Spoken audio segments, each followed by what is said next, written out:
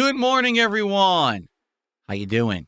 Welcome to the show. It's time for a brand new week here on DSPGaming, and I'm excited to hit the ground running. We got a lot to talk about today, including that awesome Friday playing Code Violet. What a great game, and how it all kind of turned into some awesome content. Also, my return to Street Fighter 6 and how that went, and more. Plus, today on the show, we've got a whole bunch of game news to talk about. There's some new games on the horizon that people are excited and a buzz for. And Xbox is coming back soon into the gaming arena with its fists flying. So we'll see how that's going to go. All of this and more on today's week-beginning episode of the Level 1 Podcast. Y'all ready? I'm not sure you are. Well, let's find out.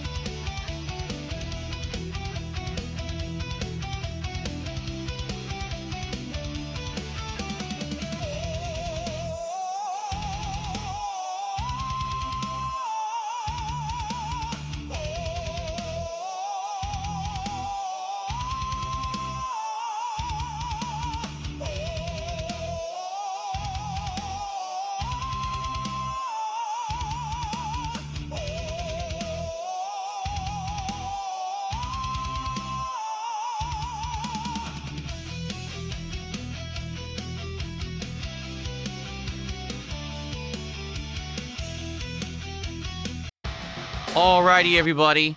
Hello and welcome to the show. It's a brand new week here on DSP Gaming. I'm, of course, Darkside Phil, and this is the Level 1 Podcast for Sunday, the 11th of January, 2026. I hope you're all doing well. I hope you had a great Saturday, whatever it was that you were actually doing, and I hope that you're ready to sit back and relax and have a good start to the week right here on the channel. So, let's talk, everyone. Let's get caught up. What a couple of days it's been. All right, to say the least. Wow. Did I ever expect that Friday would go down the way that it did? Absolutely not.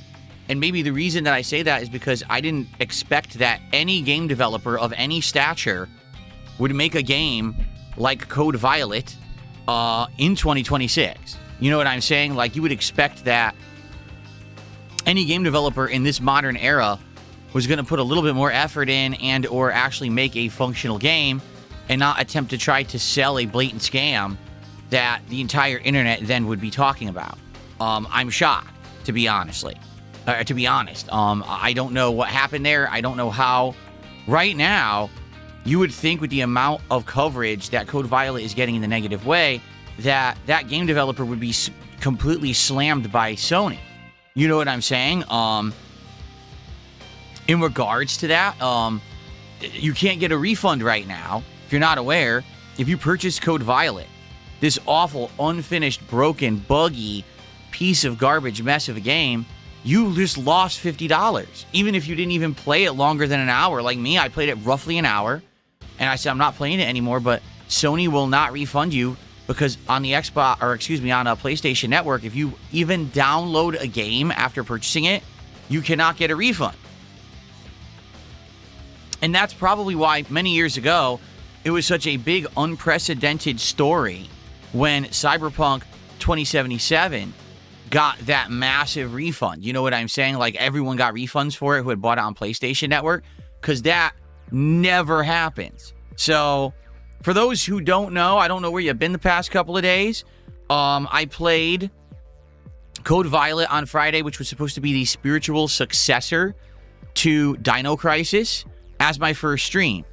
And we booted it up and started playing it, and it was immediately evident that this game was all messed up.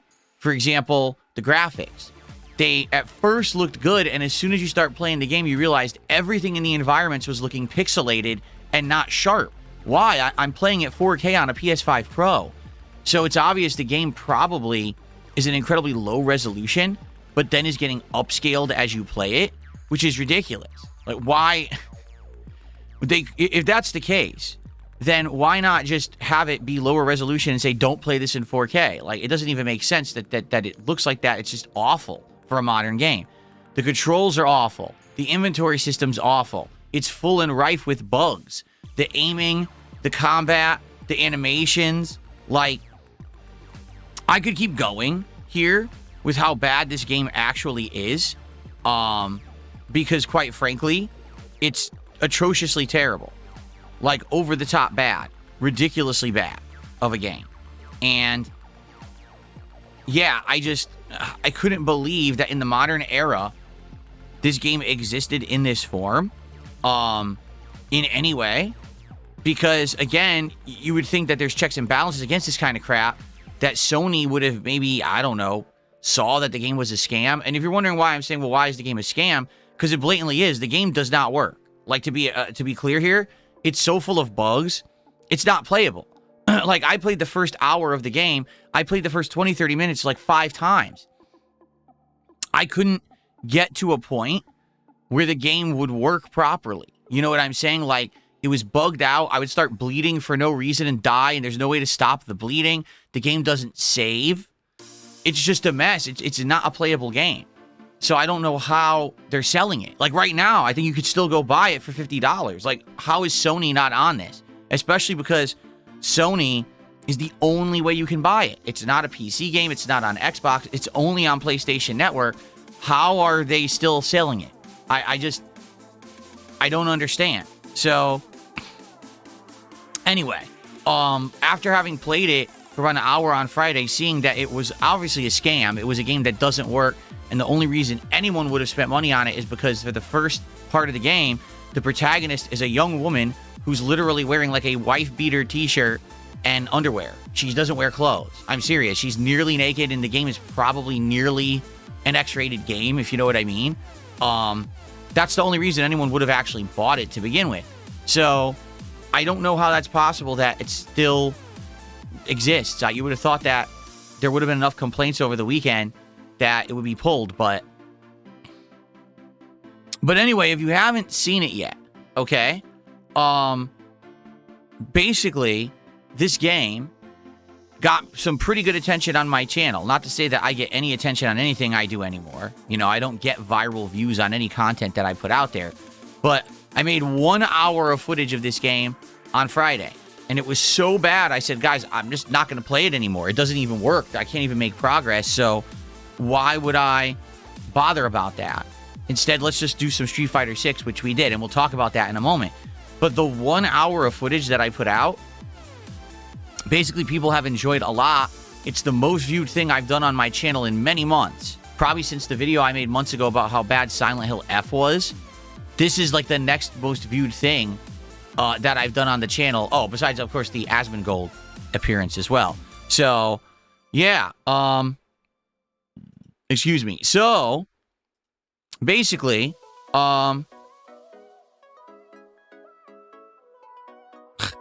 anyway, so basically,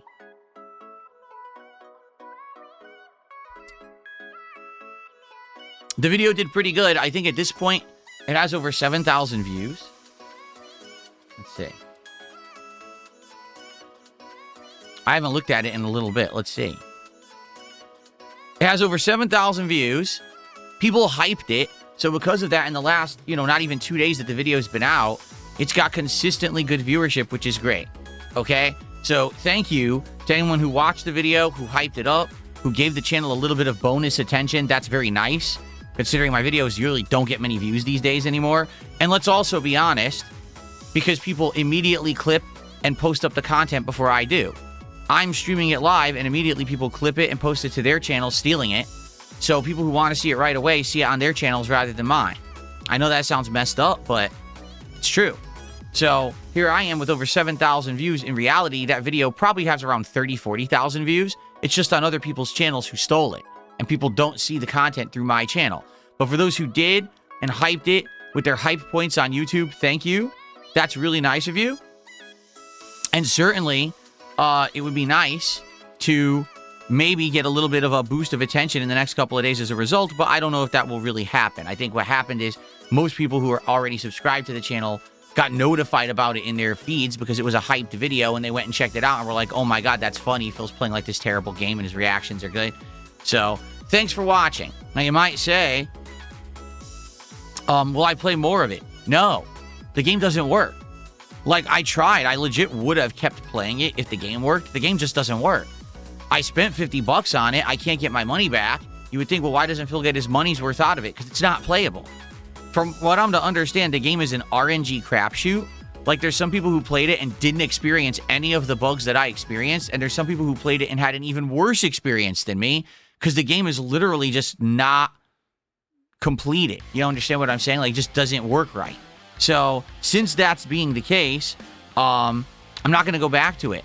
Now, if they ever patch the game so that it really works and we can make advancement and the game will save and we can move on from the intro segment, maybe then I would consider go back to playing it again. So, let's see, does the game get patched this week, this month? Are there any improvements? Do people actually want to see me go back and try to make progress in it? I would consider it. I mean, I bought it, but there's no point in us wasting stream time on a game that isn't functional. You know what I mean? Like, it legit is not functional. It doesn't work. So why would I bother trying to play it any further? But in the meantime, I certainly hope that you guys did enjoy. And thanks for watching. Okay? I don't know what's going on in the YouTube chat. That's not working. That's really weird. At least it's not affecting the stream here, but that's really weird that it's popping up in the YouTube chat like that. Okay. So, give it a look, okay? And thank you for watching it. In the meantime, because Code Violet was so atrociously bad, that gave us a lot of extra time to play Street Fighter 6 on Friday. So I'm happy for that. I had actually tweaked the game on PC. I had, messed with the settings and adjustments for a little bit to make it have like the least input delay possible. Now playing it on my OLED monitor, and I played with 3 characters. I played with Lily, E Honda, and Dalzin. And I'm happy to say, did I have an amazing crushing win record? No. The game was tossing me against nonstop masters, high masters, and grand masters, even though I was playing casual play. This is the problem with Street Fighter 6.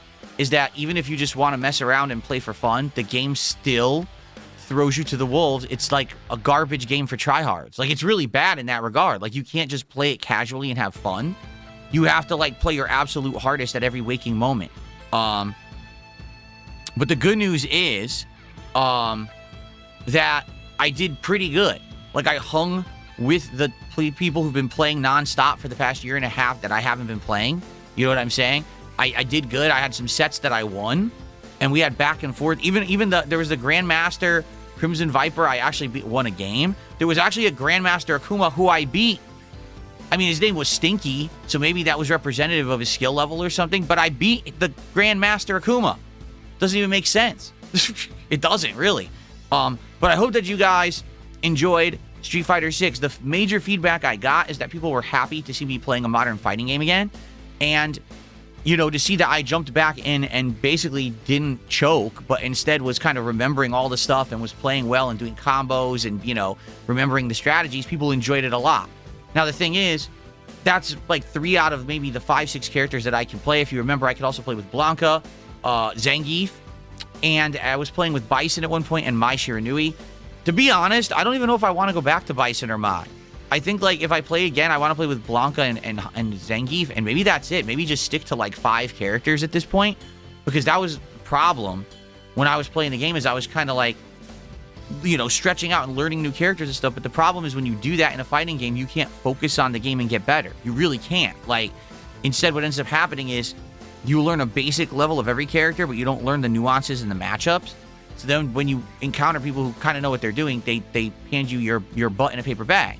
Maybe if I focus on 5 characters and that's who I rotate between when I play this game moving forward, I'll actually do better and the streams will end up being much better than me casually playing with a wide amount of characters and never getting anywhere with it, So I don't know, because again, if people always scream and say, try the new characters.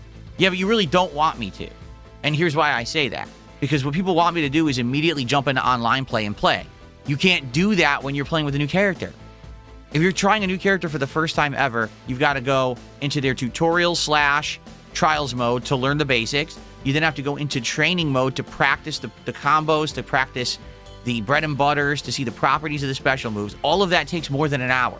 No one wants to see that, but that's what everyone seems to ask for, right?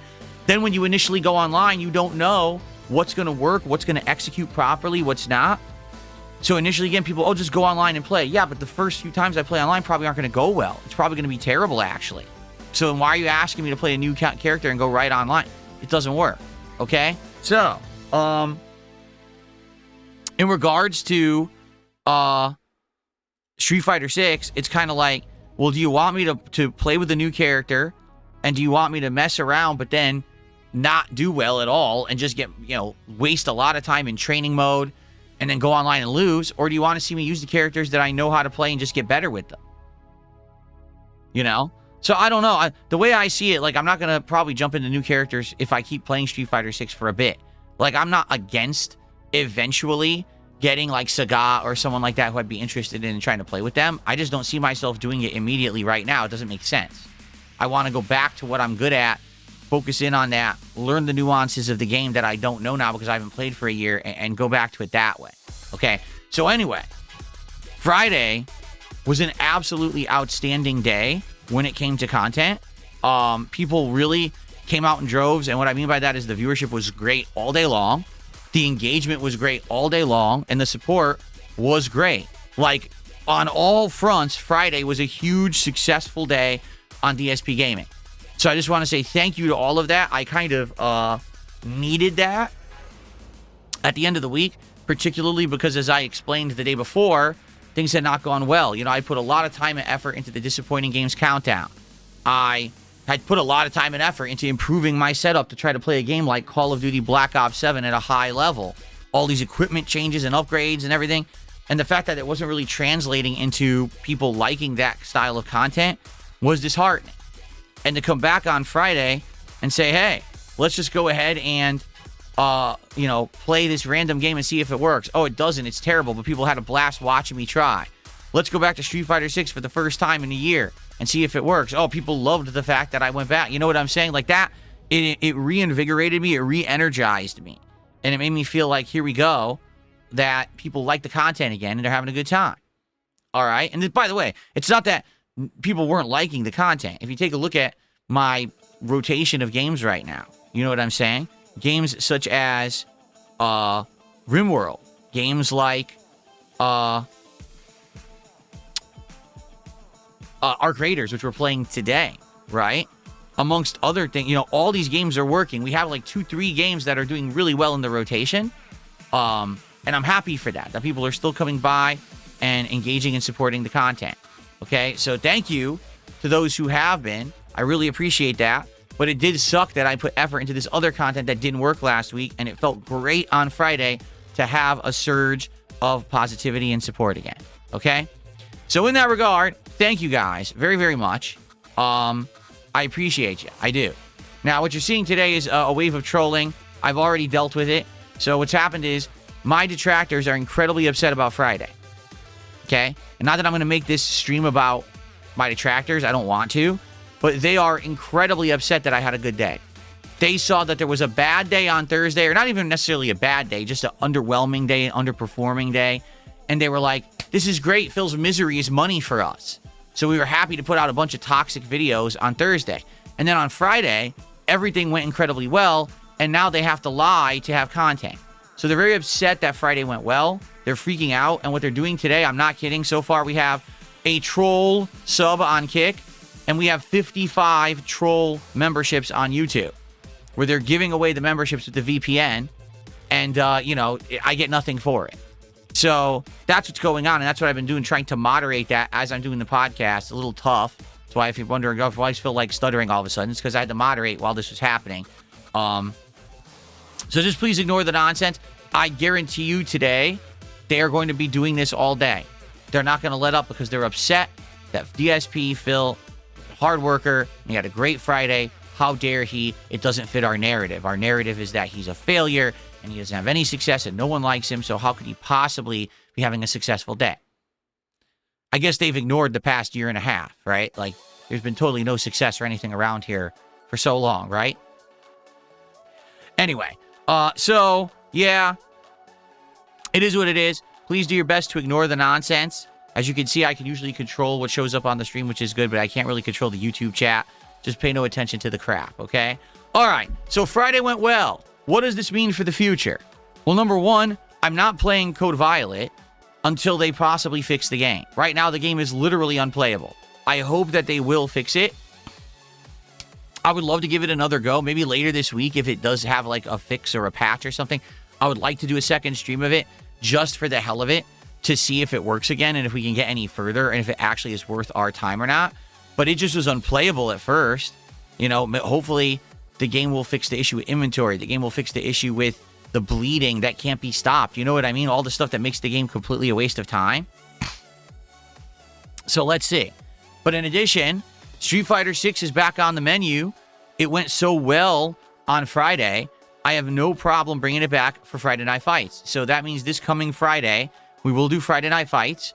And likely I'll play with Blanca and Zangief is what I'm thinking. You know, the characters I did not use last week, who are my major characters.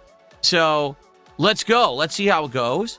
And hopefully Street Fighter 6 will continue to do well. If it does, I'll keep it in the rotation. I'm okay with playing it once a week. If it ends up flopping after only 2 attempts, then we won't do it anymore. But there's no real risk. You know what I'm saying? Like, it's okay to try new things. It was cool to bring it back and see it succeed as well as it did. Can it continue on that level? I don't know. I guess we'll see. Now, let's do some shout-outs, shall we? How are we doing here on the YouTube side? Let's see. Who's here this morning on YouTube? Let's see. I'm trying to see because, again, the chat's all screwed up. We got Mozzie this morning. How you doing? Hybrid, how are you? Turtle. Dissolve in the Flesh. That's an interesting name. Mia Melody. Ring the Bell. My Ruin. Slim Perkins. Chris is here this morning. Let's see here. Copium. The Waller. Dab Hands is here. Grandmaster Scrub. Cabal. Good morning. Fed Roger. Good morning. Pride of Flanarkshire. That's an interesting name. Infinite Watermelons. On the kick side, we've got Godly Santa, Sewer Rat. Who else? Diligent Doge. Most Tasteless is here. Snake Sauce is here. Super Bonchon is here. We got our first kicks of the week. Lance Catamaran did 100 kicks, so we actually have a legit contribution this morning that I can actually shout out. Thank you to Lance for 100 kicks and getting us started this morning. It is indeed a new week. It would be great to get a good head start here with some good support today. If you like the content today, by all means, please engage and support it. Engage it by liking the stream, by interacting with me in the chats. If you're watching this on demand, please like the videos. Please leave comments. I want to say this. People hyping my videos helps a lot. As I just said, when you take a look at the Code Violet video that I put out, all right, one of the major reasons why it's gotten over 7,000 views in less than 2 days is because people use their YouTube hype points on it. So if there's a video you're watching, whether it's this very stream right now, this podcast, whether it's a gameplay segment, whatever it is, if you like it, please support it. Let's go, right? Let's get some good stuff going. And thank you guys in advance. I appreciate you. Please support the streams in regards to engagement. Engagement is key. Now, obviously, if you're here and you want to support and go above and beyond, you can financially contribute. If you're on YouTube, you can become a member or give some memberships to your fellow viewer, or you can do a super chat. If you're on the kick side, you could send some kicks, or you can become a sub, or you can give some subs to your fellow viewer. Or, of course, no matter where you are, you can send a tip via my PayPal, which is just !tip in the chat. Or you can look at the description of this stream, or you can look at the description of any current video you're watching, and you should find the link there. So all this stuff is absolutely appreciated. Thank you to anyone who supports my content today. Since we had an amazing Friday, let's keep that momentum going today. Let's get that engagement and support. Keep it going today, and have a great start to the week, right? All right. So thank you to Lance. Lance actually gifted our first membership, or excuse me, our first sub of the week as well.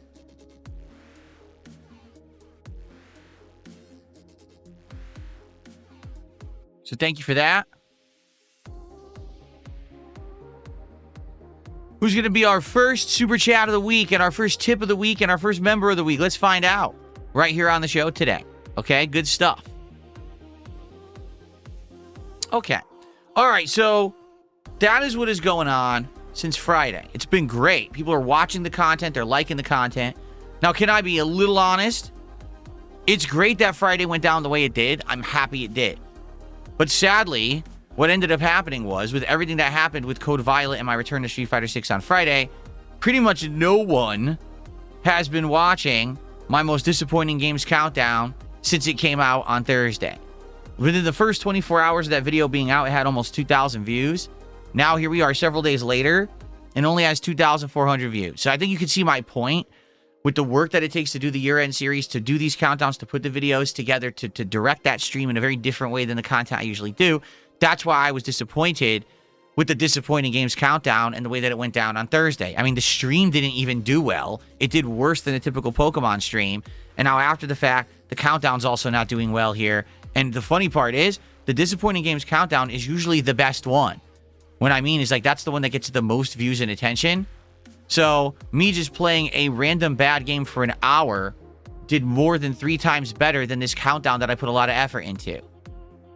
So do you see my point of what I was talking about on Friday? I think it makes sense now, doesn't it? So FYI, it doesn't mean that I'm not still doing my year-end series. I am. I'm still doing the Game of the Year awards. I'm still doing a DSP Tries It kind of rundown of my favorite episodes of the year. But it's going to come much later this month. I'm not working on it at all this week. This week, I just want to focus on regular streams and hanging out with you guys and doing good content in that regard. I don't want to be stressing out about doing these year-end series and fitting them in between stuff and figuring out how to get the videos. To hell with that. Maybe we'll do it next week. Maybe we'll do it at the end of January. It will happen. It's just that I need a break from it now because last week stressed me out working on it. Okay?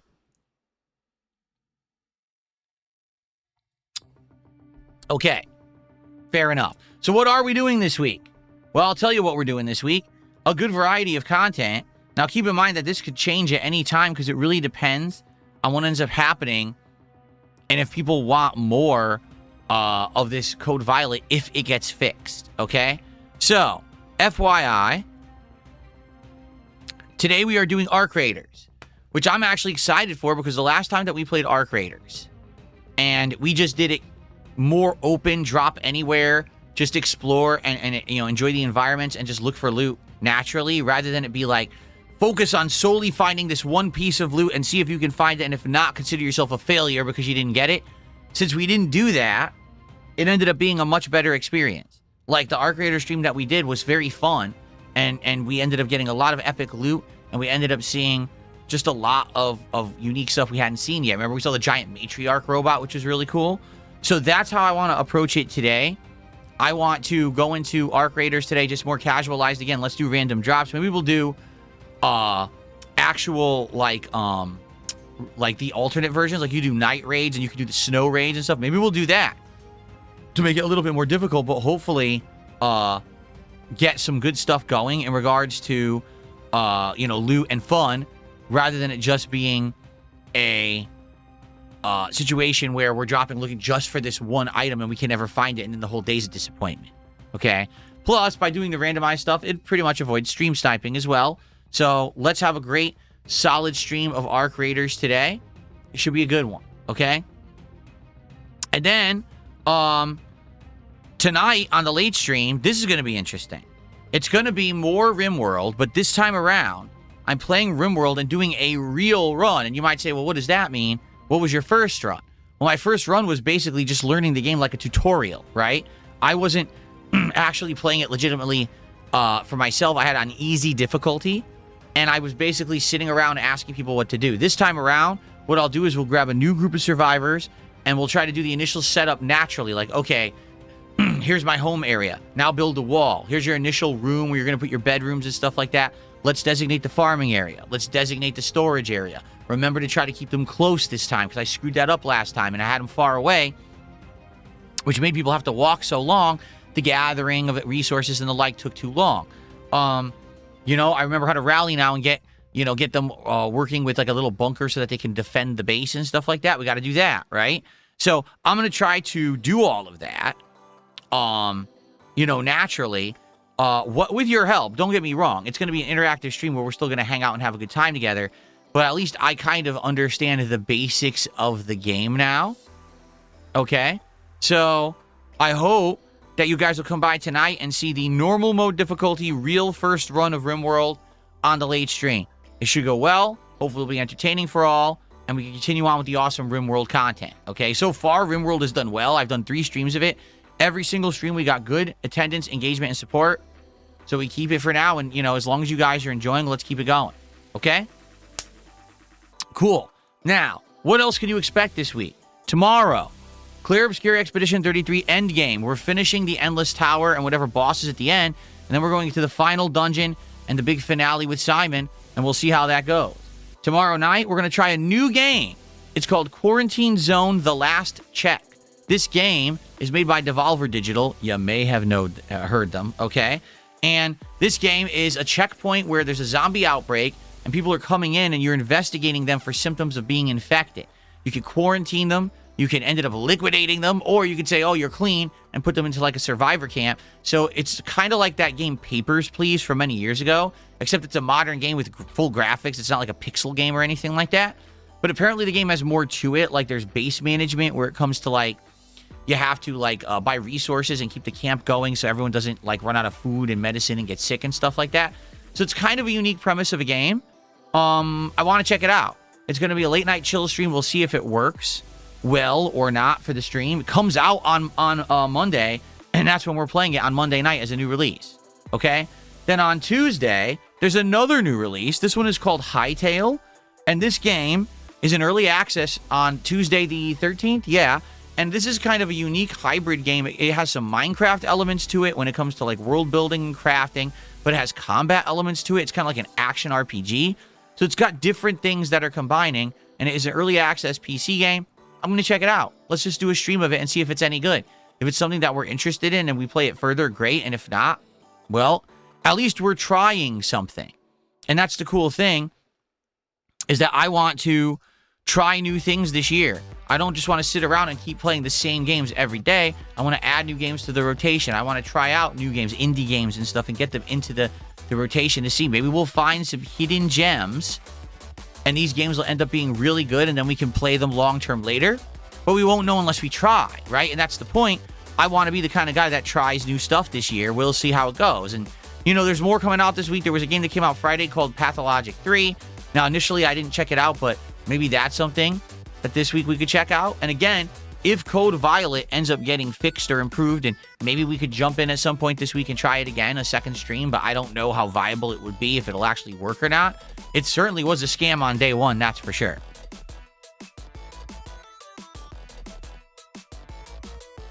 And then, yes, later on in the week, there will be more Pokemon Legends ZA. In fact, it looks like we're going to finish that game on Wednesday's daytime stream. There'll be more sessions of RimWorld. Street Fighter 6 is currently slotted for Friday night. So there will be a Friday night fights this week. Okay, and more. So good stuff. 2 thumbs up. I'm excited for this week. This should be a good one. Good variety. Good progress in the games that we're playing, and maybe even finishing a game or two, but also checking out new games for the rotation. It should be a very fresh and fun week. Okay? Good stuff there. Okay. I have a couple of topics to cover today that are gaming news related. I think that you'll find them entertaining and interesting. And then after I cover those topics, what we'll probably do is just open up the rest of the show to Q&A so that we could chat about what you guys want. Maybe there's some new things I'm not aware of, and it should be a good time. Okay? So, hold on one second. This person is still at it. So all I'm doing is I am shutting them down immediately. There we go. Okay, cool.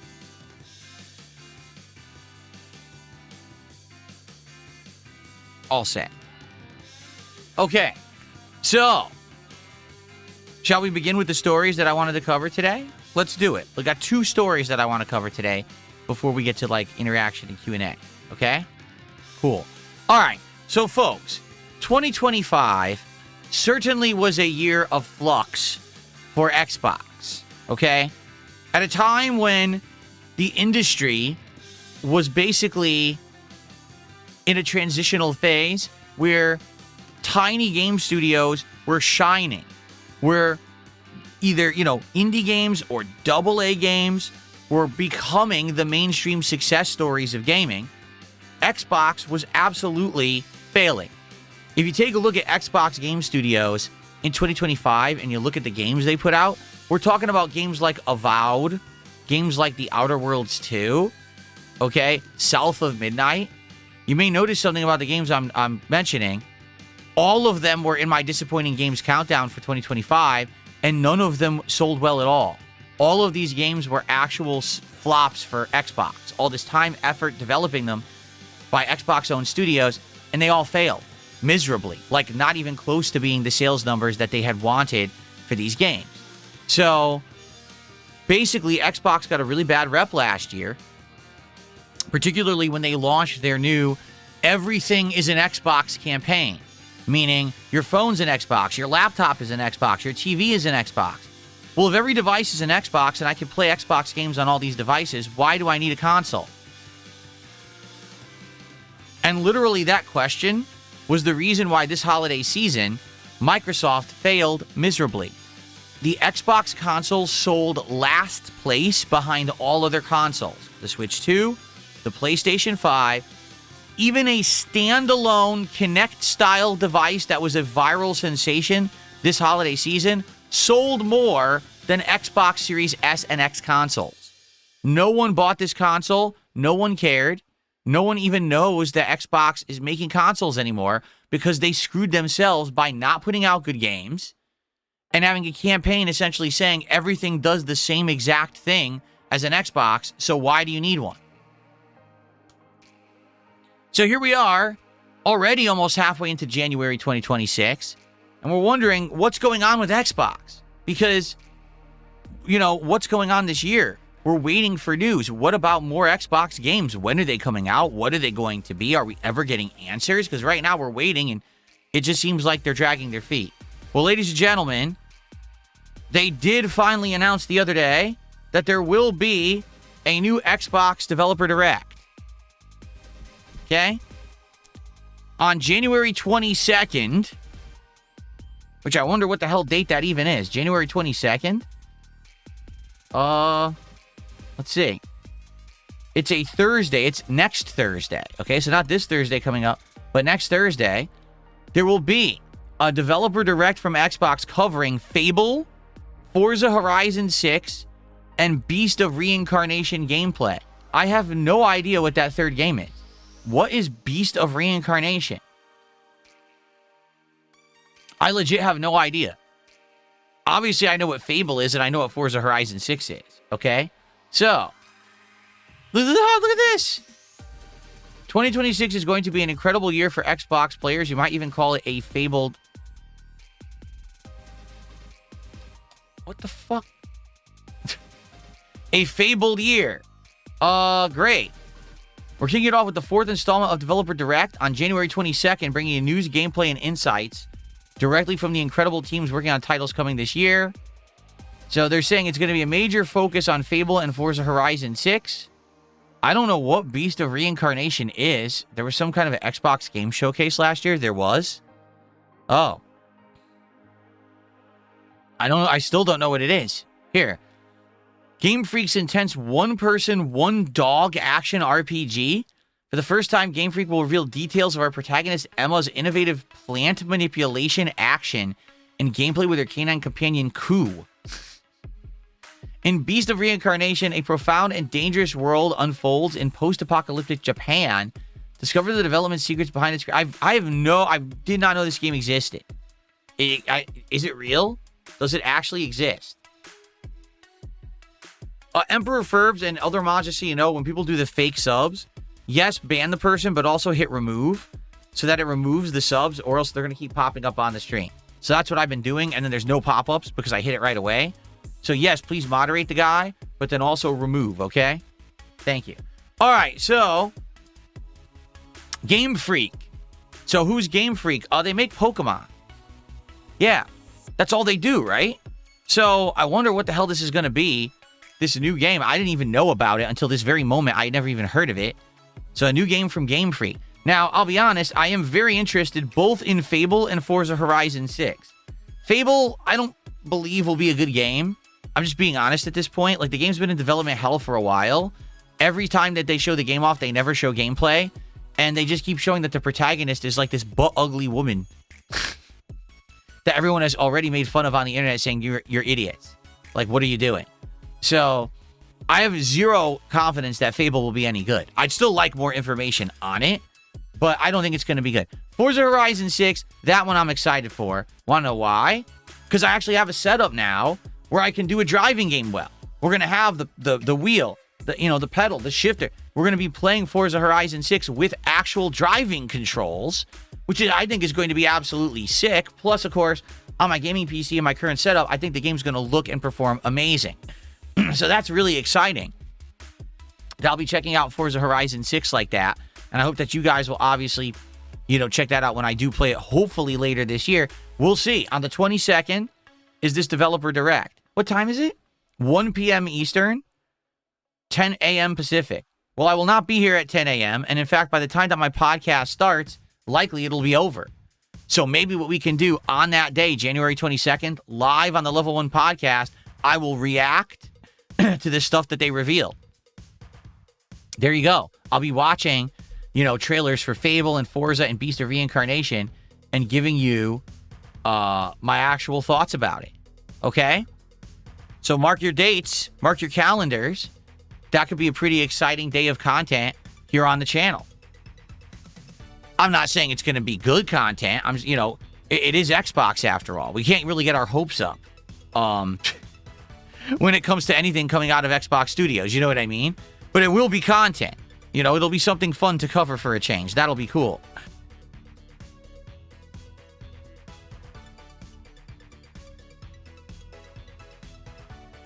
Okay.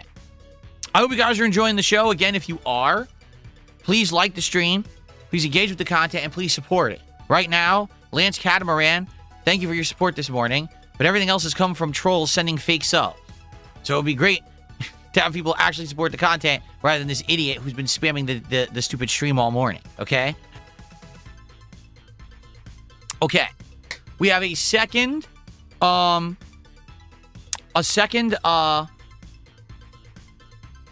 to cover this morning. This one's kind of an interesting one. All right, there is a game that people are beginning to get a buzz about in the industry. A game that is in development and will be out soon. So what I'd like to do is take a look at this game with all of you today and see what we think. Okay? So you may have heard of it, you may not have. The name of the game is Crimson Desert. And much like a lot of games that we've been seeing come out recently, it's from Korea. All right, so a Korean game developer. Crimson Desert is an open-world action-adventure game set in the beautiful, brutal continent of Pywell. Embark on a journey as the Greymane Cliff and restore what has been lost. Explore uncharted lands, fight against threats that stand in your way. Just take a quick look. As you can see, you can fly on a dragon. All right? Now, to be honest, at first glance when I'm looking at this, I thought, oh, this is an MMO, right? But from what I'm to understand, no, it's a single-player RPG. And apparently it has a ginormous world. Let me make this a little bigger. Yeah, apparently it has a ginormous game world. And it's going to have action-based combat, as you can see here. The thing is, you might say, oh, it's medieval, right? But take a look at it. It's actually medieval, but there's also technology. So that's a little confusing, is it not? So yeah, there's robots and mechs, but there's also magic and monsters. It's kind of like a almost jack-of-all-trades game, right, from what we're seeing here. And that's good. Or is it? I guess, we have to wait and see. But to me, it looks like it could be a game that's all over the place a little bit, Like, look, there's puzzles, but there's action-based combat that kind of looks like an MMO, but it's also complete open-world exploration, but it's not an MMO, it's single-player. You know what I mean? Like, it's hard to read, I think. It is. It's a little hard to tell what the game is actually. Look at this. You're riding a bear. And the bear's slapping the crap out of enemies. Now, this literally looks like Dark Souls. Right there, right? But then you can see, no, it's not Dark Souls. There's big action-based combat. So what exactly is the game going to be? I'm not sure. The game looks medieval, but then all of a sudden he's doing martial arts with the spear.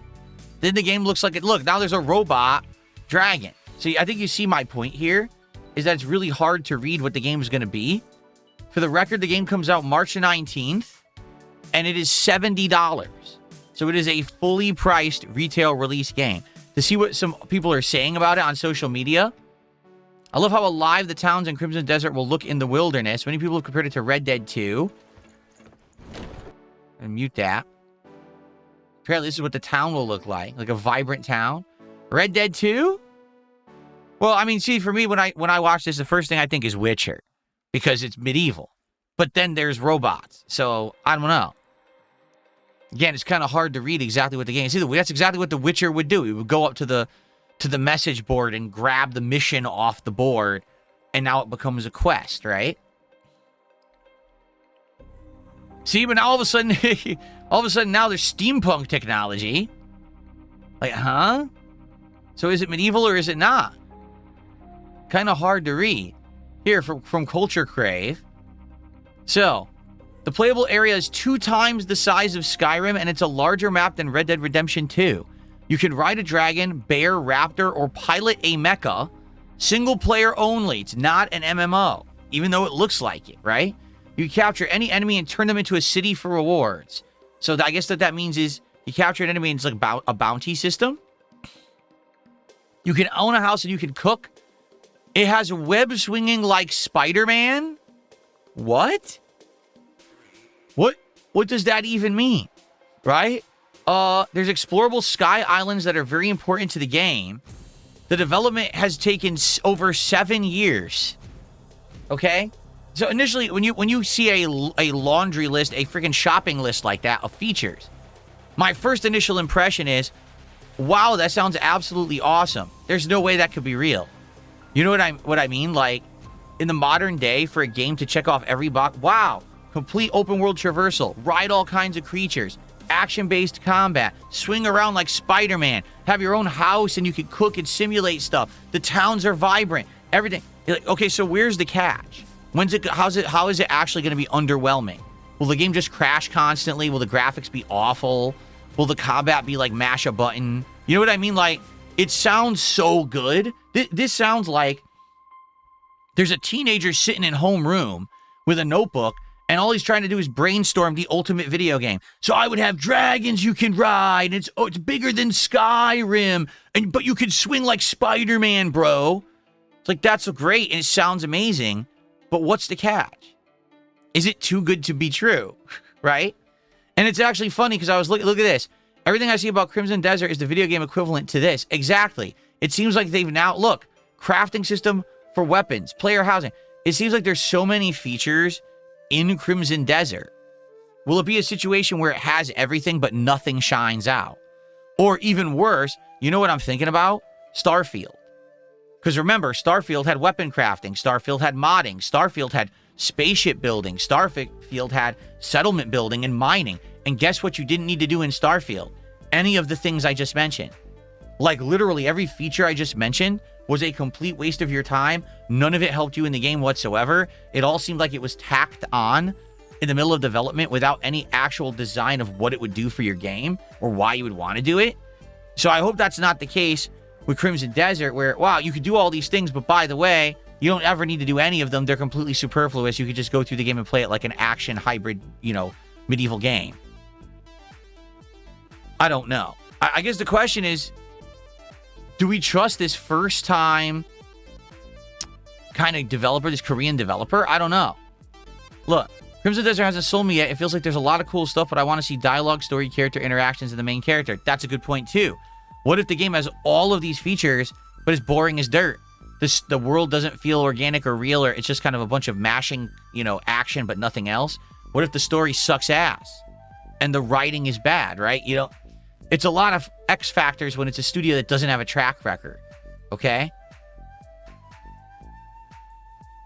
People have very different opinions on it, but the way I see it, if this game is good, we could have yet another situation where it's not a major AAA studio and we have a hit on our hands. So for the record, this was what, March 19th? Yeah, March 19th. And I'm going to add it to my wish list. I'm definitely interested in it, right? Like, that seems to me like the kind of game that would be something to check out for sure. The one catch being it's a full $70 game. It's $69.99. There's no discounted version of it or anything. You have to pay full price for this game. So it's going to be a pricey endeavor and a chance to take for the average person. You know what I mean? Like, dropping $70 plus tax on a game, you know, it's a game developer that doesn't really have any kind of established track record. So you don't know if you could trust it to be good or not, and if you want to drop that much money. So I guess we'll have to find out, okay?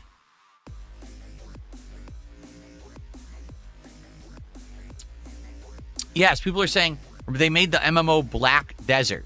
So that's their one piece of work is an MMO. This game looks like an MMO, but it's not an MMO. So how's it going to go? You don't know, right? Okay.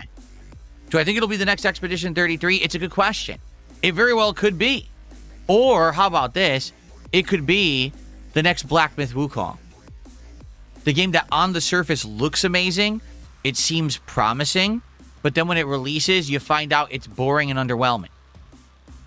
It could be that too. You know, you just don't know. But I already had it. I actually checked. I already had it on my game release schedule as something to check out in March, so I'm definitely still interested. And, you know, I'm looking forward to give it a look when it finally comes out to see if it's worth our time or not. I guess we're going to find out together. Oh, there's an update for Arc Raiders. Let me click on that now and get that going. Okay. So, ladies and gentlemen. Oh, really? Battlefield Black Desert Online is not a good MMO. If that is the case, then how is it still going? Because you would think if it was an MMO and it sucked, it wouldn't still be going. I don't know. All right. Hold on one second. My eyes are burning. All right, guys. What I'd like to do now for essentially the tail end of the show, because I've covered all of the topics that I would like to cover, I'm going to open it up to Q&A. And I would love to hear your thoughts, questions, anything going on this morning. Let me know. Throw it my way. Let's see what you guys want to chat about today. Machete Yeti says, no, that's not true. It's one of the better MMOs. So we already have a disagreement in my chat. Can I trade Mountain Blade 2 Bannerlord? No. No one's asking for it besides like one person, so no. If there was actually a group of people who were interested and kept sticking with it, but it seems like it's one person who just keeps asking me about it. Joe Hendry Believer has done 500 kicks. It says, do you believe in Joe Hendry? If no, why not? Why? Joe Hendry's a pro wrestler in TNA. The only time I ever saw him wrestle was when he did his WWE Survivor Series, Royal Rumble, and then WrestleMania matches. That's it. I've never seen him outside of that. I don't watch wrestling and I don't follow it. So I just don't know anything about Joe Hendry outside of what I just mentioned. So I can't really speak about him. I don't know anything to answer this question. But thank you for 500 kicks. I appreciate that. Again, that was actually from Joe Hendry Believer.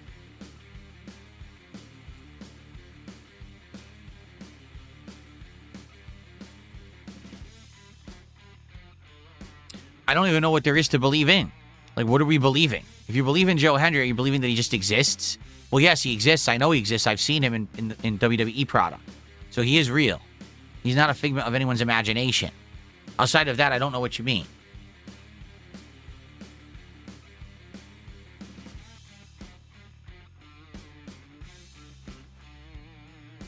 Did I ever play PlanetSide? No, I don't even know what that is.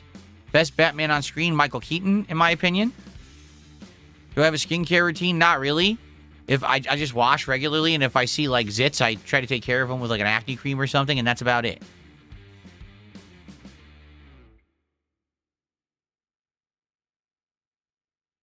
Let's see.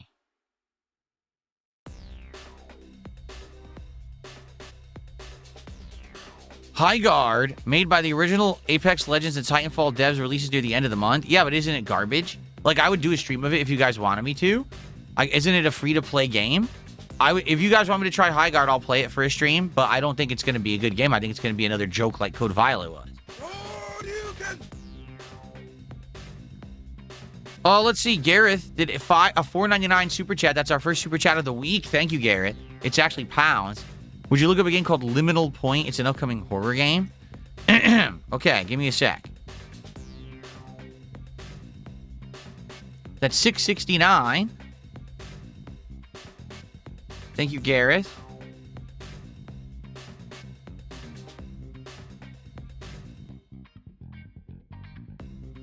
Yeah. Liminal Point. Seems like all these throwback survival horror games now have to have a scantily clad woman as the protagonist for some bizarre reason. Ashen Point looks just like Silent Hill, right? Someone's throwing Shoryukens. Ooh, look at this. Oh, you know what the gameplay reminds me of? Just from looking at that one scene? Crow Country from a couple years ago. It looked like that kind of aiming system. But it's obviously modernized graphics. I think they're trying to make the girl look like Claire Redfield, but over-sexualized.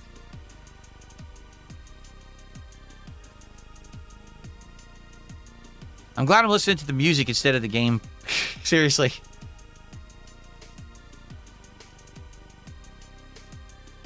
It's hard to read. Is it Crow Country? Is it Resident Evil? It's not a good sign the frame rate dipped there during the action. Ugh, vomiting.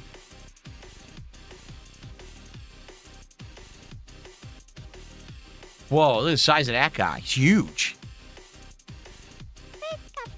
I would say it looks all right, but there's definitely like... Again, I hate to say it, okay? In the modern day, if a game dev doesn't really have confidence in their game, they just make their protagonist a scantily clad woman now. Because now it's like, oh, see, we're rebelling against wokeness by having that as our protagonist. Did they really need to do that? No. And in fact, if you take a look at games like Silent Hill, I think the reason that the games like are scarier is because the protagonists aren't like that. Like, look at Silent Hill 3. Very scary game, and the protagonist is like a normal girl who's mentally like messed up. That's scarier than, oh, look at this girl with her boobs hanging out, right? And you had just played Code Violet. Like, that was the selling point of the game. The game's a piece of garbage. So I like the idea of the game. If it plays like Crow Country or, you know, again, Silent Hill, it probably could be good.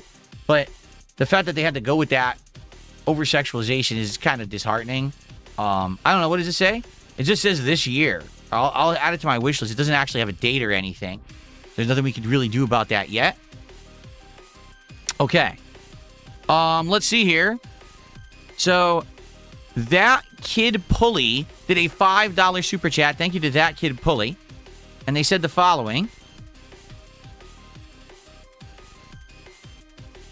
I'm saying I think Arc Raiders instead of Black Ops 7, maybe. Black Ops 7 is certified garbage, and we'd Razords is hot right now, and maybe do trios. If you're saying don't play Black Ops 7 and play Arc Raiders, I'm not playing Black Ops 7 right now. Like, if you take a look at the schedule, I don't even have it in the schedule for this week. Which is disappointing to me, because number one, I had fun trying to unlock the Fallout stuff. Number two, I'm doing better in the game with my new setup and all my equipment. I'm actually playing better. And that's what I mean. Like, when I did it on Thursday night, and here I am saying, hey, let's go. Let's new Fallout collab event, right? Let's do Vault Town, and let's try out all this new weapons and stuff. And I did well, and then basically the stream did poorly. I'm like, well, that sucks. That's very disheartening. That's very disappointing. So I'm going to give you guys what you want. Right now, it doesn't seem like it's Black Ops 7. Despite the fact I want to play it, it doesn't seem like people want to watch and engage and support it. So I'm not bothering with that. Okay?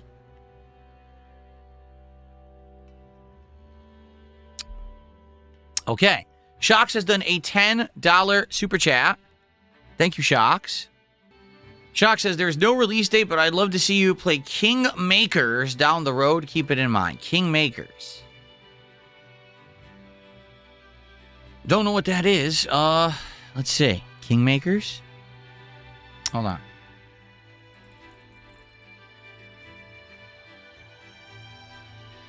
This sounds familiar. I feel like we watched this at one point. Let's take a look. I swear we looked at this one already. At some point, it does seem pretty familiar to me.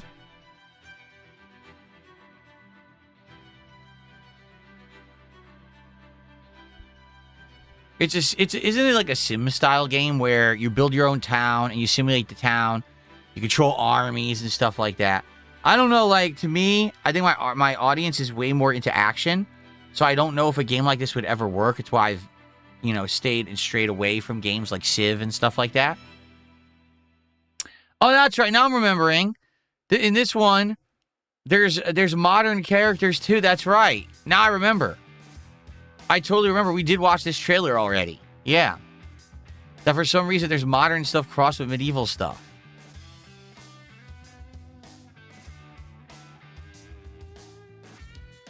So weird.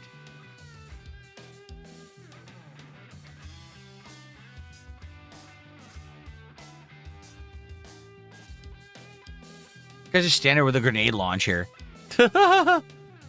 What the hell? So it starts off as all medieval, and then it turns into a game with the guns, and you shoot the troops.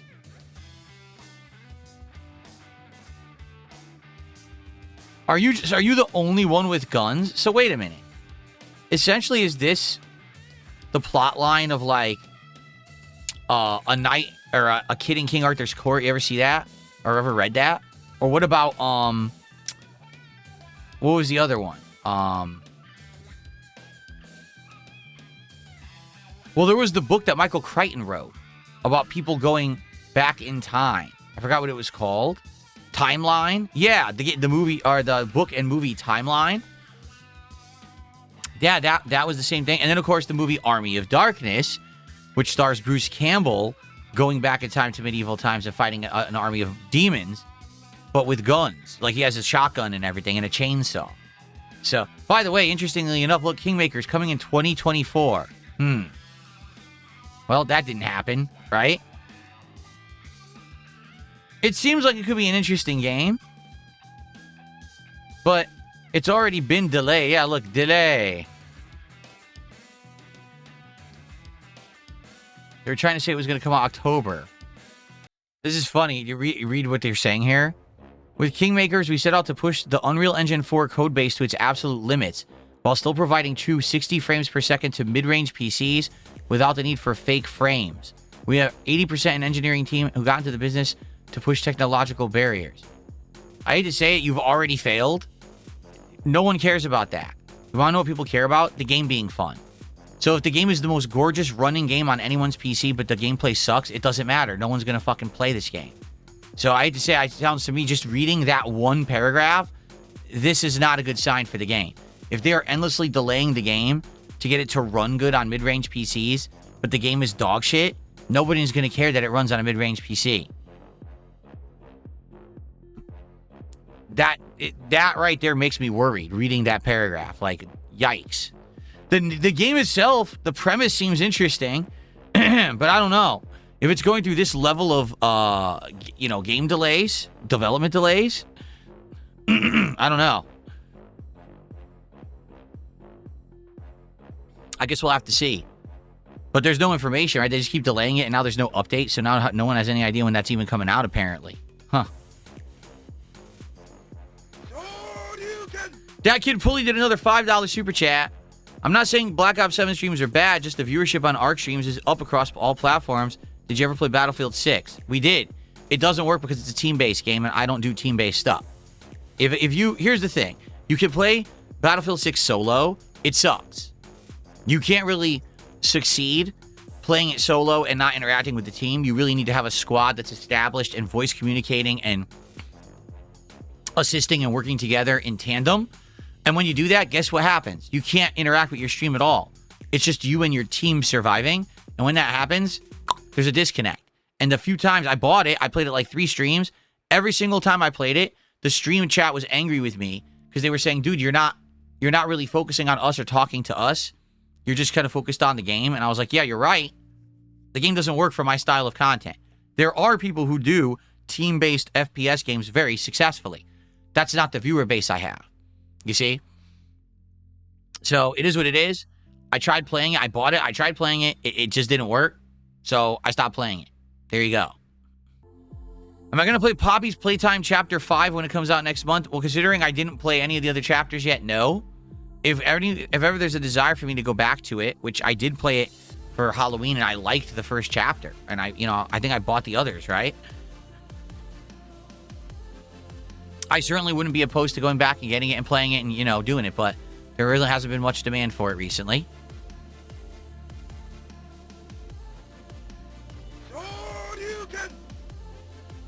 Shocks did a $5 super chat, says, I didn't know much about Kingmakers. It just looks funny. No, it looks interesting. A game where you're fighting all medieval people with guns and stuff, right? And you're kind of a one-man army kind of a deal.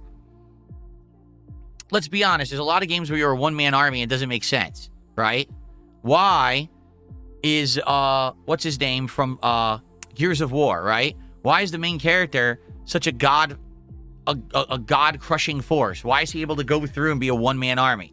Why is the Doom Marine, right? The Space Marine, or the Doom Slayer, whatever the hell you want to call him in the modern day. Why is he such a badass? There's never really an explanation. They just are. In this case, dude, you're a modern technology guy with guns and grenade launchers, and you go back in time to medieval times. Of course, there's a reason why you're a badass. You have the technology they don't have, right? For me, the premise would be ammo. Like, if you go back in time with modern guns, you're going to run out of ammo quick. In which case, it doesn't matter that you have the modern guns because you're out of ammo. Now you're just a normal guy again.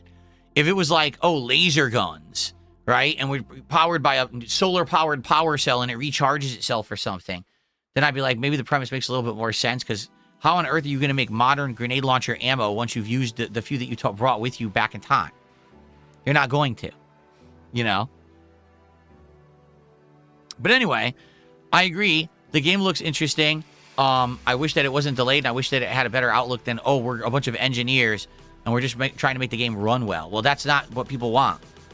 Wow. I wonder if anyone actually contacted them after they wrote that statement about the delay and was like, you do realize if the game doesn't play in a fun way, no one cares how it looks. Like, that's actually one of the worst signs I think I've ever seen about game development, is that, we just care about the looks. We're engineers.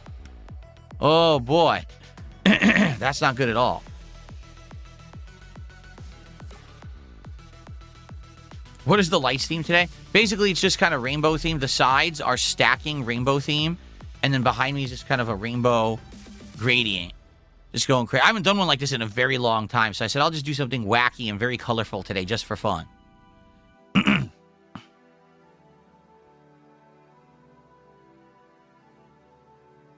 Cabal says, with the music, you have a rave vibe today. There you go. We're raving on the podcast today. Excellent. I forgot my glow sticks. A Moody Cow says, you prefer the setting of GTA or Red Dead more? So I guess the question is, do I prefer modern day sandbox or Western sandbox more? Man. See, if I think about the scope of the games and what I've done with them, Grand Theft Auto are great games to play at face value, right? Just the base game, and enjoy the mission structure, the side content, all of that. It's a ton going on. In Red Dead, I enjoyed playing the base games of each game, and then the extra content that I did that really shined was when I went into the open world with a group of friends and we just explored, and something just malfunctioned, I think. Network error, unknown content. Great. Network error, unknown content. If you say so, Roland. Anyway, the music's still playing, so I don't care. So, basically, it was a series. I actually called it Suicide Kings, where what we tried to do is creatively kill each other off in crazy ways. Like put 4 people into a stagecoach, have someone control the stagecoach, and then just ride it off of a waterfall and have everyone fall and die and have different camera perspectives and stuff as this happened. And the series was very popular. It actually did very well. I think I did 3 episodes of it. It went really well. This big collaborative effort between me and some other gamers. I really liked it. So the thing is, different settings, you can do different things. I feel like the Grand Theft Auto games are more confining with what you can do with them. Like, for example, I tried to do Suicide Kings in Grand Theft Auto 5, and it doesn't work. Like, at all. You can't do it. The game just stops you from doing the crazy, zany, fun stuff that you would think that you should be able to do in a game like that. I think as the games became more modern, they put more controls and safeties in place.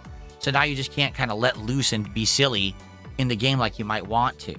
And I don't think that's a very good thing. I wish that they had continued to let you be kind of silly and uncontrolled. I think that works for a game like GTA.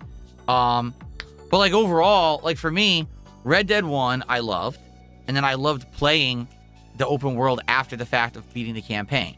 Red Dead 2, I loved the story, but I never went back to the game at all. Like the online play wasn't very good.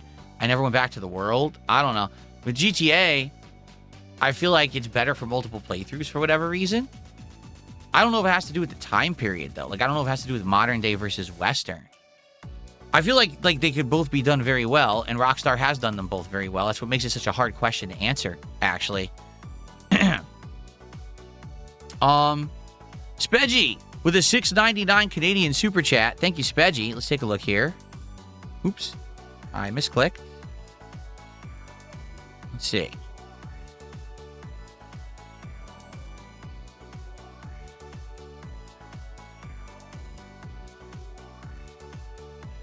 That is $5.02, so thank you to Spedgy for that.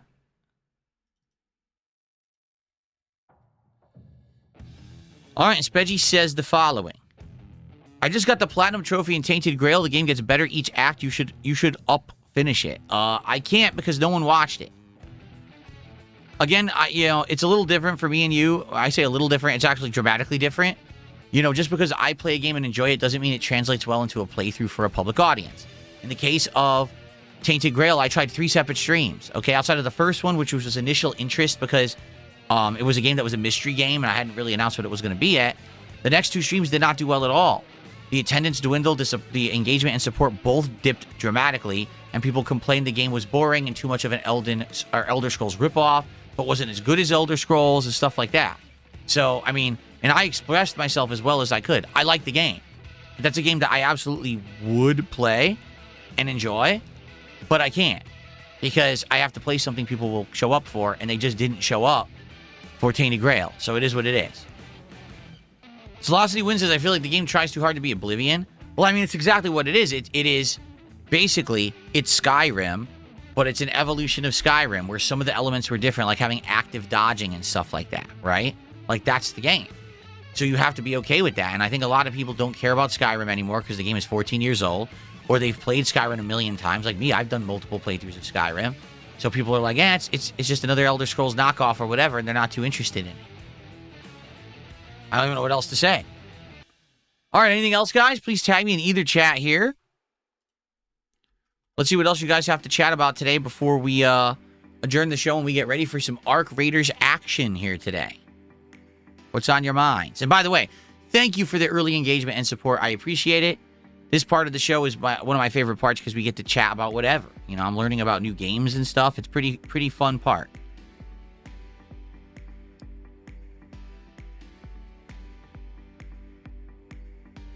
Ray's asked, would I do a playthrough of Fallout 3 or New Vegas Remastered? Supposedly there's some shadow drops in plans.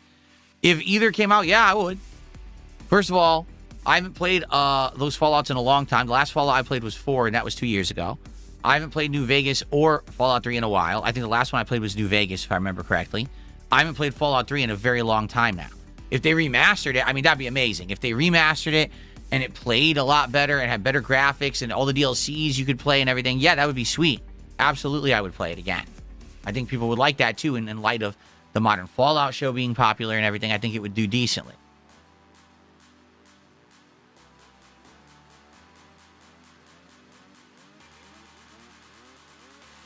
Am I excited for Alex's Street Fighter 6? No.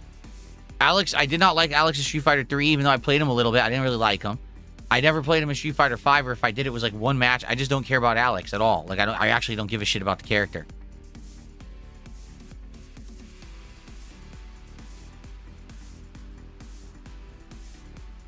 Okay.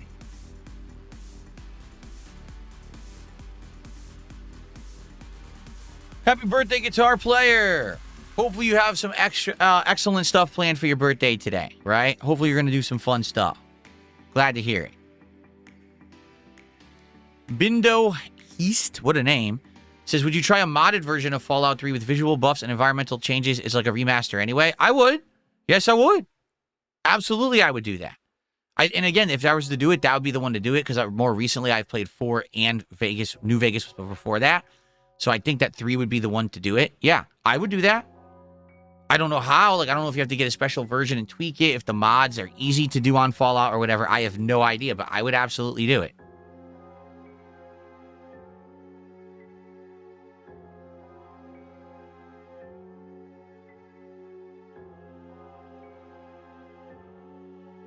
That's right. I played Fallout 4 2 years ago. It was not last year. That was 2 years ago. Someone says it was a year ago. That's wrong. It came out at the same time as Fallout Season 1. That was 2024.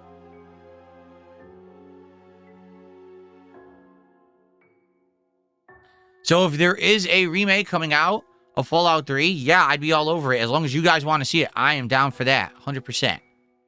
That would be fun if it had tweaked visuals and better gameplay mechanics and stuff improved. It really was a remaster rather than just a re-release. That'd be really awesome.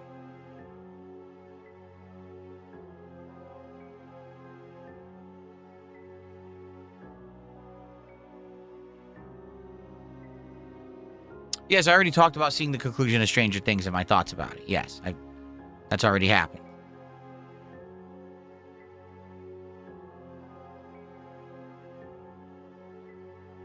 Do I like Fallout 3 or New Vegas better? No. I don't. I don't like either better. They're both unique games. Obviously, Fallout 3 was the predecessor. New Vegas was their basic follow-up, another studio. You know, that was Obsidian taking the assets from Fallout 3 and making their own game. I think both games have great writing, have good gameplay elements. You know, they're a little different between the two, but I think they're both outstanding games. I don't think that one is much better than the other.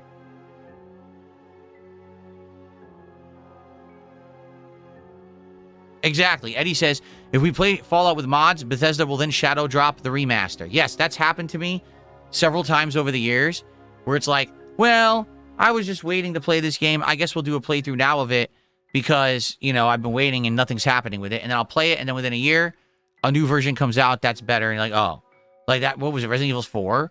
I played Resident Evil 4 again, and then Resident Evil 4 Remake came out of nowhere. And a few other things happened like that over the years, too, so...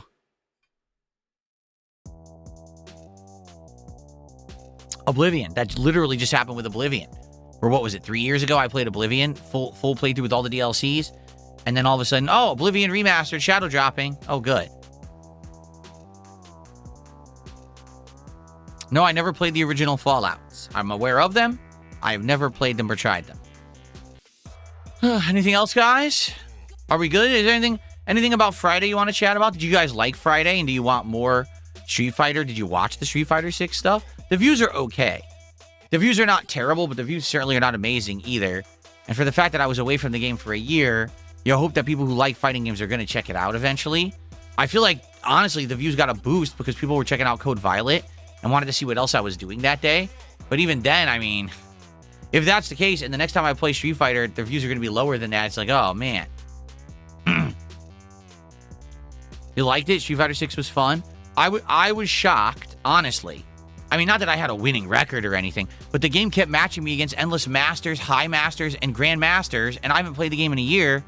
Again, this is what I've explained to you guys, is that Street Fighter 6 at this point is a tryhards only game, meaning if you're a casual player who just wants to jump in and play it, you can't, because the matchmaking doesn't even work. Like, I was playing casual play, which means I should have been playing anyone of any skill level as long as their connection to me was good, and instead it gave me constant master, high master, grand master players. What the hell? I haven't played for a year. How do I warm up if I go for a casual match and you give me a grand master? It literally doesn't even make sense. It's a messed up system. So it's kind of it's tough because I was hoping to have like a more easy day, but instead here I am with the sweats. But I'm happy that I did as well as I did.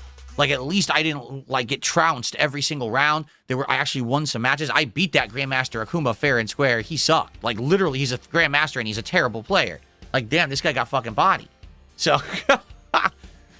you know, it was at least cool to come back and remember a lot of the fundamentals.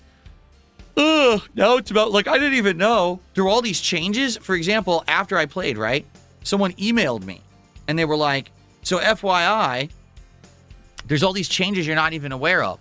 Did you know that perfect parrying is different? I was like, no. So the perfect parry now in Street Fighter 6, you can't just tap the buttons to parry. You actually have to hold the correct direction to block and parry at the same time, which is not what it used to be. It used to be just you could be in neutral and just perfect parry, and it would do it. Now you have to be holding, like let's say someone's jumping at you and you're going to perfect parry. You have to do a high block and perfect parry. If someone's sweeping you, you have to block down, back, and then do perfect parry. You can't just do the buttons anymore. So that changes the game a lot. In reality, it does. It actually makes parrying a lot harder than it used to be. And what that also means is that if you play someone and they seem to be perfect parrying all the time, they're cheating. Like, no exaggeration. It just means they have a script that times it right for them, so they don't even have to do it. All they have to do is hold the correct direction or whatever, and it's going to give them an auto-perfect parry. So, yeah, but that's pretty crazy that they actually did that change. I think parrying was very powerful, and to see that mechanic has changed, hopefully for the better, right? But to see in the future, you know, how if the game is better or worse when I play more of it. But I had a fun time with it. And in reality, I'm craving it. Like, no lie, right now, I'm craving Street Fighter 6. Right now, I would play Street Fighter 6, but I'm not going to. You know, I just did a lot of it on Friday. I'm not going to overload this channel with fighting games again. We'll do it again on Friday. But I'm craving playing Street Fighter 6 again. I really am.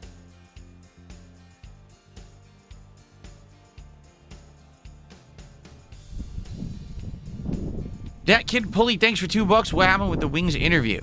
He backed out of it and then never contacted me again to do it again. I went on his stream to ask him about it, and he yelled at me saying I shouldn't be talking about it publicly. This just engages his trolls. And I'm like, but you ignore me behind the scenes, so if I can't talk to you behind the scenes and I can't talk to you publicly, how would I ever schedule you to be on the show? And he hasn't responded since. So, it's obviously the guy has issues.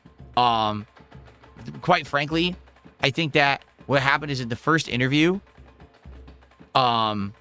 things were different, and things have actually gotten worse for him in the last couple of months, dramatically. And because of that, now he's just not, like, together to be able to handle an interview. So I think that's what's going on, if you want my opinion. I mean, I could be wrong. That's just speculation. But, I mean, the guy has publicly admitted he's gone off his meds. He's eating way more. He's not sleeping properly. He's not spending time with his family. He's literally just sitting around streaming Battlefield all day, every day. And it's like, I don't know what else I could do about that guy. You know, I've tried to reach out to him and be nice to him. He won't respond behind the scenes.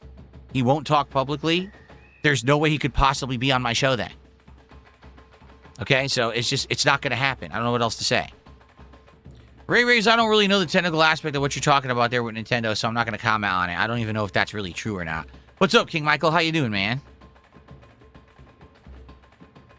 Am I looking forward to any of the characters coming soon? If you mean in Street Fighter 6, I don't care about Alex at all. I don't care about Ingrid at all. And those are the only two that have been announced that aren't out yet, right? I hate Alex, one of the worst Street Fighter 3 characters, and didn't play him in Street Fighter 5 because I didn't play Street Fighter 5 because it sucked.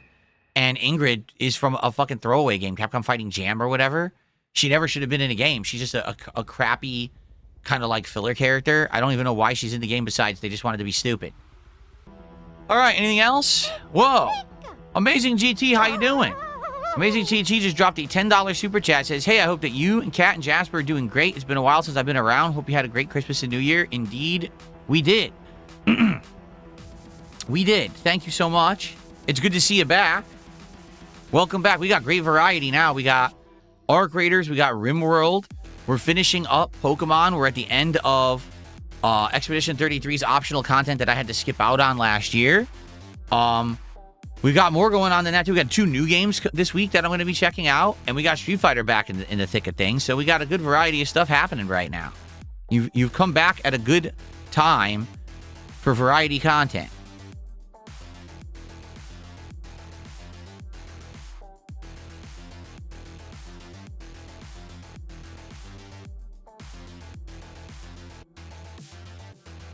So, someone tipped me $2. I think this is our first tip of the day, right? Yeah, this is actually our first tip of the day.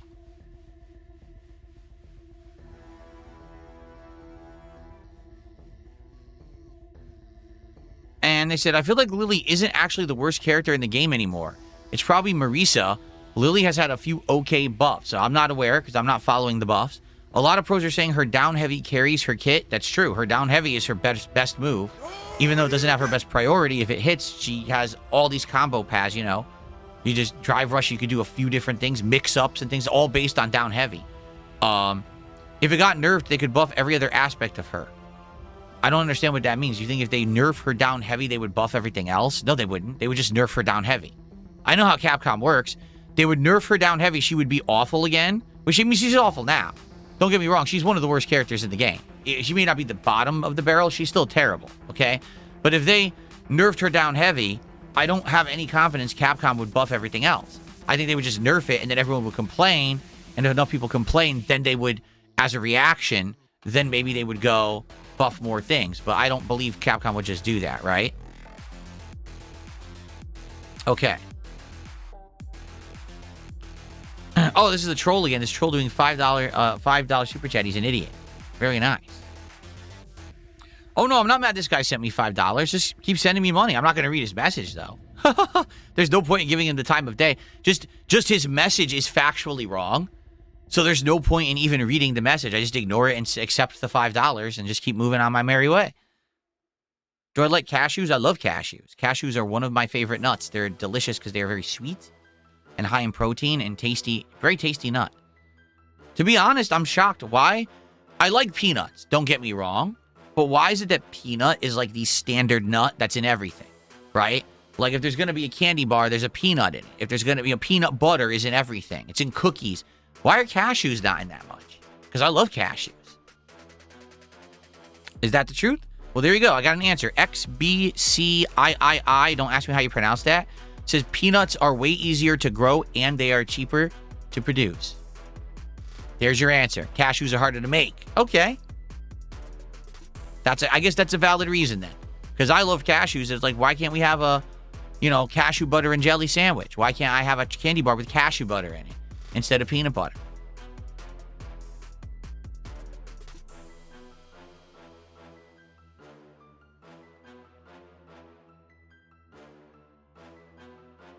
Cashews are not nuts. Is that true? Cashews are not nuts? Then what the hell are they? What have I been eating all these time? Don't tell me this. What am I eating? No, now I'm afraid. What's it going to be? I'm an alien? Are we eating alien scrotum or something? What are cashews?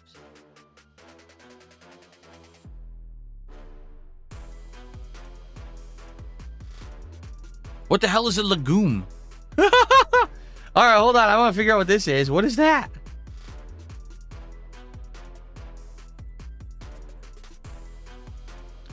Any plant in the pea family or the pod, seed, or fruit from such a plant, including familiar fruit foods like beans, lentils, peas, and chickpeas, as well as soybeans and peanuts. Peanuts are also legumes. So a peanut is not a nut either, according to this. Yeah.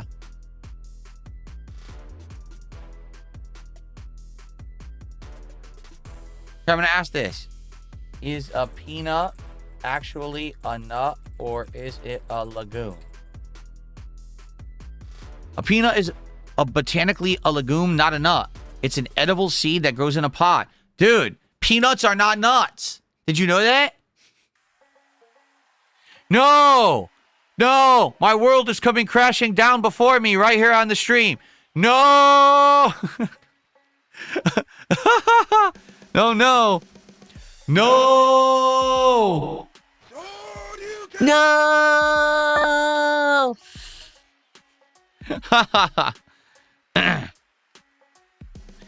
Cheesy Bear, thanks for another $5. No, you cannot charge all that back. You could try, and just so you know, anything that gets charged back on YouTube, the streamer keeps anyway. Did you know that?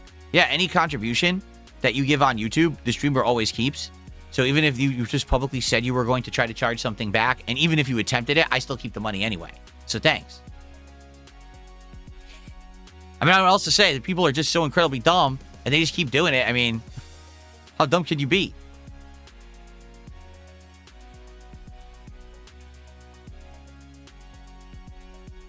Bookworm, we already talked games. You missed the whole first segment. We had news stories about games and everything. We were good. Just because there's something at the end of the show that's a little different doesn't mean we didn't talk games. So cashews, peanuts, anything that's grown in like a pod style is not considered a natural nut. It's a seed. But what about a walnut? A walnut has a shell.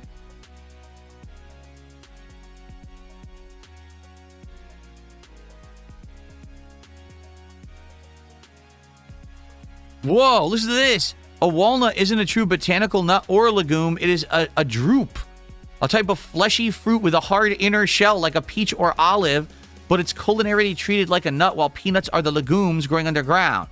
Botanically, a true nut is a dry fruit with one seed, hard shell, and husk that doesn't split open like a hazelnut or a chestnut.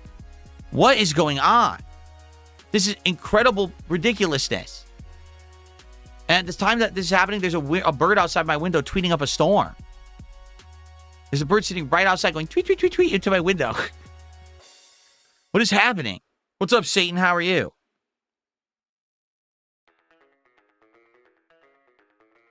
We got some weird stuff going on.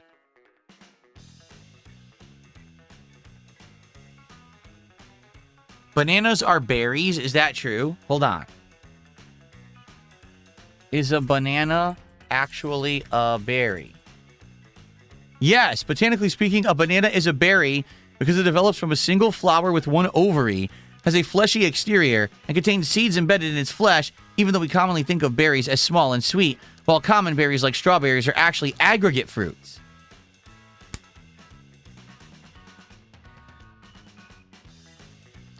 All right, how about this? I don't care. It's all delicious. I don't care what it is, right? Who cares? If it tastes good, it doesn't matter what it's categorized as. And all those things are delicious. And some of them are even nutritious, on top of being delicious. All right. Well, thank you guys for the entertaining content this morning, or this afternoon now. This has been a fun Q&A session, honestly. It's been interesting. Do I prefer chunky or normal peanut butter? I've almost always, my entire life, had normal, creamy or smooth peanut butter. When I was growing up, that's what my parents would buy. So naturally, that's just what I thought peanut butter was. Now, as I got older, I started eating other things that had like a crunchy candy bar or a dessert that had the crunchy nuts in it. And I quite like the crunch and texture of biting into and chewing a nut in the butter. So maybe today I would actually like crunchy peanut butter. To be honest with you, I literally never purchased or ate crunchy peanut butter. I've never done so. So I don't know if I would actually like it better or not. Thank you, Guitar Player, for a $5 super chat. And he says, I can't believe it's already 2026. Can you believe we're already halfway into January? Yeah. Like, no lie. And this is what happens every year. And I say it every year, okay? So, Summer Game Fest happens. Okay? That's always early June, right? So a bunch of games get announced or whatever. Then the summer begins. And then it feels like the longest, most drawn-out slog every year. Summer never wants to end. It's too hot outside. It's hard to get cool. It's a very frustrating time of year, okay? Not a lot of games come out during the summer for gamers like us, right? It's rare if there's a good one. So it just feels like, man, I just want fall to come. I just want the weather to turn. I just want it to be cooler. I just want to have a better time with games and have that holiday vibe. You know, I want the leaves to turn color and fall off the tree, and I want to think about jack-o'-lanterns and scarecrows and pumpkin spice and Halloween, and then all of a sudden I want it to go into that winter season of snow and trees and pine cones and sleds and Santa Claus and all of that. And the next thing you know, it's January. Like, wait, no, it's summer. We want summer to end, and we want it to be that holiday time. No, it's January now. Oh. Like, no lie. That's what just happened. Like, October, November, and December passed by so fast for me. Like this, like, the blink of an eye, it was all done. Remember, we had all the cool horror animations all month with the sound effects. Then we had the cool turkey showing up. Then we had, you know what I mean? Like, it's just pretty crazy. Like, it's over. We're now in the new year. Next thing you know, I'm going to have animations for, you know, for Thanksgiving, or for Valentine's Day. We'll have like Cupid shooting an arrow and hearts everywhere and stuff like that, right? We'll have to see. Kickin' Natty. Thank you, Kickin' Natty, for a gifted sub on Kick this morning or this afternoon. That's our second sub on Kick today and for the week. So thank you for that. I appreciate that. All right. Six Hybrid says the stores around me are already selling Easter eggs. Yeah, the day after Christmas, my wife and I went grocery shopping, and they had a whole aisle for Valentine's Day candy. That's how these stores are now. They're just immediately they are on to the next. They don't even give time for it to sink in that it's over. Just on to the next sales event, on to the next commercial holiday. That's how they operate. Thank you, Kick and Natty, who just gifted a second sub on Kick. You are now the top sub gifter, so let's get you on the leaderboard. Am I serious about doing Jasper Tries It with treats and toys? Maybe. It's viable. I have the equipment to do it, right? I have the equipment to do it where I have a good phone with a good camera. I have the selfie stick / tripod device where I could set it up to show me, but then go to him and follow him around with it. I have the portable microphones that I can set up that'll sound good and have good audio for the videos and stuff. So I have all the equipment I need. But it's just a matter of getting time to do it, figuring out how to do it, where to do it, what to do with it. You know, it's a possibility. Like I said, maybe what I could do is set up 3 things: a dry treat, a wet treat, and I don't know, something else, and just put it down in front and then present him and say, okay, Jasper, which are you going to pick? What's the more interesting thing? And see what he goes for. I don't know. What would he go? I honestly don't know. If I were to do a wet cat food, maybe some dry food, and then maybe like a treat, I don't know what he would go for first. I think that would be kind of fascinating, right? And I have the means to do it. I just got to have the time to do it. That's for me. I have all the means to do stuff, but now I need the time. That's the challenge. Ray Rays did a $2 super chat. He says, this is for treats for Jasper. Thank you, Ray Rays. Appreciate that.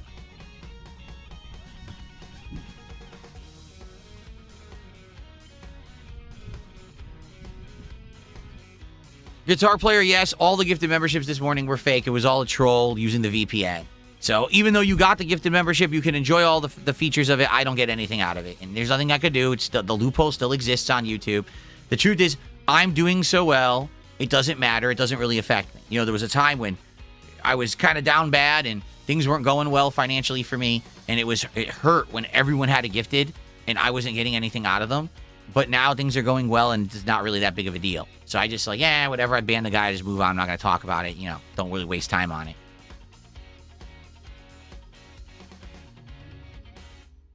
Well, Fed Smoker, thanks. I appreciate that compliment. Appreciate that.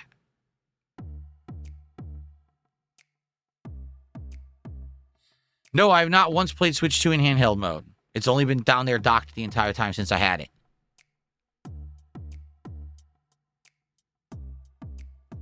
Space Jam fan, how are you? Good to see you today.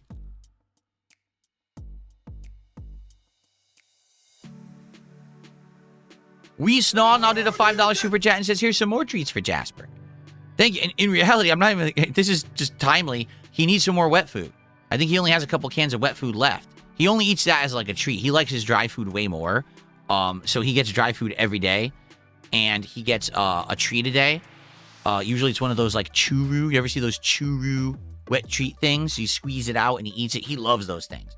So that's his regular diet. And then every once in a while we treat him again. We'll give him like a wet can of food. And he loves licking all the gravy and stuff off of it. And then sometimes he'll eat some of the chunks.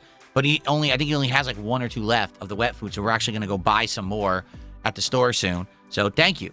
Thank you for the support for Jasper Kitty. He appreciates it.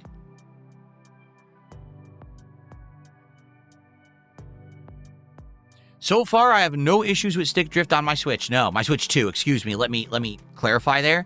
So far, I have absolutely no issues with stick drift on my Switch 2. It seems fine. Maybe that will change. See, that's the thing. I haven't bought a Pro controller for it yet or anything. I haven't needed to. You know, every game I'm playing, I just use the regular Joy-Cons on the controller accessory thing, and it works fine. So, unless there's a reason for me to have to do that, I'm just probably going to avoid doing it. I guess we'll see. Space Jam fan renewing their Ultra membership. Thank you so much, Space Jam fan, for the Ultra membership.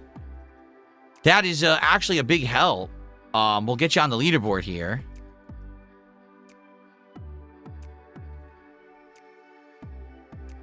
That's worth, I think that's $15. I think I get 15 out of, like it's 20 to do it, so I think I get 15 out of the 20. So thank you so much, Space Jam fan, for that support. Appreciate that very much. I did not see that the 3DS shot up in price, but I mean, the 3DS is out of production. So anyone who's getting it is getting it secondhand. So I would that would make sense. You know, anything that can only be getting secondhand immediately has more value than something you could just buy new at the store. Someone is saying they tried to send me an unbanned email. I didn't unban them. I probably didn't get it. I get a ton of emails, and a lot of them hit my spam folder. So don't ever feel disheartened if you tried to get unbanned and I didn't respond. It's probably because I just never saw it. Just being honest. There's been some people who recently have, said something on a stream, like tipped me and said, hey, can I get unbanned? I said, okay, send me your ad address, and they would do it live, and I just unbanned them right away. It's a very rare occurrence unless I really know who you are and you're very egregious on a stream and you pissed me off for some reason. That would be like the only reason why I wouldn't unban someone. And that's a very big rarity. I don't hold grudges. I don't really care about that kind of stuff. If someone is going bald and they're in denial, what's your advice? Nothing. That's their decision to do what they want to do with their own hair. What is your involvement with it? Like, literally, what is your involvement with it? If someone is going bald, they're probably already trying to go through a bad time. They're probably not enjoying it. Why do you have to bring it up and bother them? Can they not deal with it themselves? Are they not capable of, like, rational thought or, like, a human decision for themselves? Just being honest, like, what exactly should you do? If someone's wearing a bad toupee, should you run off and just rip it off their head and say, this toupee's fake? Ah, blah, blah. What are you talking about?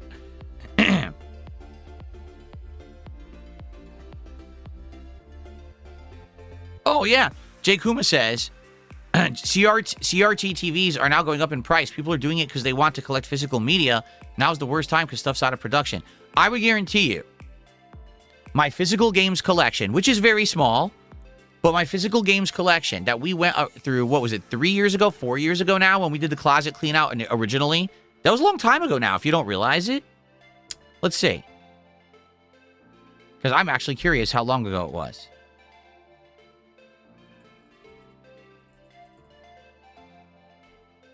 Here you go. It was 4 years ago. Holy crap. See? Does it feel like it was 4 years ago? It doesn't, does it? Here, let me click on it.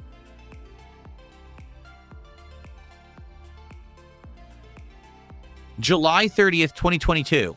It was 3.5 years ago. So 3.5 years ago, all right, we did a marathon event. And I went through my closet, cleaning it out right here, and we found all of this stuff, all right? So we found my physical games collection had been sitting there since, like, 2010. Like, I bought all that stuff ages ago, and I never touched it. And we're going through it, and it's like Earthworm Jim on Sega CD, and a bunch of 32X games, and, like, the classic Mega Mans on NES and stuff like that. We're going through them, and people are like, wow, are you aware that this stuff is worth money? And I'm like, what do you mean? And people were like, yeah, we're looking some of these up online, and some of these are worth a lot of money. Like, I guess that Earthworm Jim game, because I have the whole case and everything, apparently is worth a lot of money, like over $100. And I was like, no, you have to understand, I bought all that shit. Like, early on as a YouTuber, I went to, like, game conventions, and they had, like, a marketplace, and I would just walk through and buy things that I thought looked good or appealed to me, and then I forgot about them and just put them in storage. I've never touched them or played or did anything with them. They just kind of sat around. And they're like, yeah, so now, a decade has passed, and these things are all worth money. And I was like, seriously? Because I remember back in the day when I was doing the co-op with John Rambo, what we would like to do is on the days when he came over and hung out with me, we would go to local stores, like a local game store that sold used games and stuff, and we would look at them. Most of those games worth nothing. Like, you could just go there and buy any NES game, and it would be like $1, But now you're telling me that these games are worth $10? That what was worth $1 is worth 10.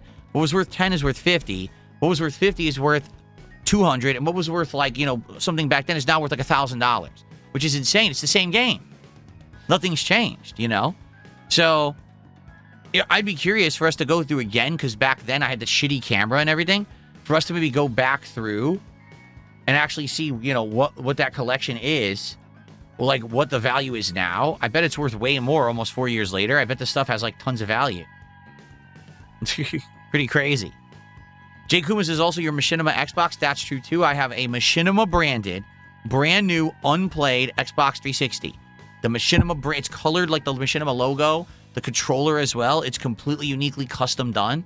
And they only gave them out to Machinima partners who promoted their Machinima app on the Xbox 360, which was very few people. So I have an insanely rare collector's item. I just don't know if it would ever be worth anything. I mean, Machinima doesn't exist, so does it have value? I don't know. All right. I think we're good. I think we had a great podcast today, huh? It was a good chill, almost 2 hours. I had a great time. Hope that you all did too. I think we should end the show for today and get set up and get ready for some awesome Arc Raiders action. How does that sound? Hope it sounds good. This song is pretty wild, whatever it is. Okay. Everyone, thank you so very much for what I feel was a great show. Hope you enjoyed the topics we covered. Thanks for engaging and supporting. So just a reminder that the podcast will return right now this coming Tuesday. Now, that could change during the course of the week, but no show tomorrow to give us some more time to focus on the end game of Expedition 33. But thank you, guys. Great return. Let's make this week a big success yet again. Let's keep the momentum going. Thank you all, and I will see you Tuesday for another episode of the Level 1 Podcast. Peace out, everybody.